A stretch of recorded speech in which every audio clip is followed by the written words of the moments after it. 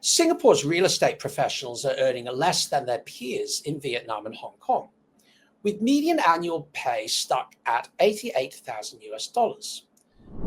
To explain why this may be the case, we're joined by Will Buck from Macdonald Company. Will, what's behind the slower pace of salary growth in Singapore's real estate sector, in your opinion? I think there are some obvious global trends that are affecting the real estate markets. There's macroeconomic uncertainty, there's inflation pressures, there's geopolitical tension. These things are all affecting the market here. In last year was certainly a very difficult capital raising environment, so less deal transactions, less volume of activity.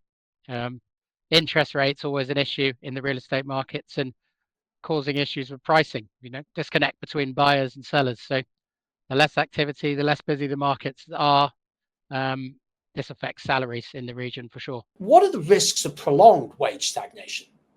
Look, markets are very cyclical, and that's how real estate works. But if salaries stay low in a certain sector, and real estate being the sector we work in, it affects talent retention for sure.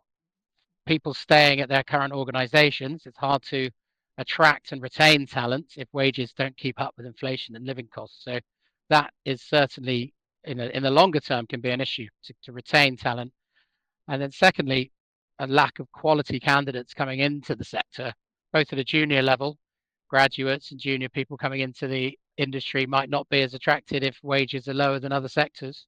And at the more senior end, professionals might look to go to other markets if they can't attract the salaries that they need to live in certain locations, like Singapore, which is not a cheap place to live. I'm sure our viewers would be very interested, Will, in finding out what changes can help lift salaries in the near term. It's all about transactions and volume and activity. So there are pockets of significant activity in real estate in the region, depending on sector, depending on country. For example, data centers is a massive growth sector in the region and is a hub for Singapore, where most of the leadership and senior professionals within the data center sectors are headquartered in Singapore. And that's driving salaries upwards. It's a very candidate short, skill set short market, and everybody's hiring. So new markets like Malaysia and even Thailand popping up out of nowhere is really driving salaries upwards in a sector like data centers.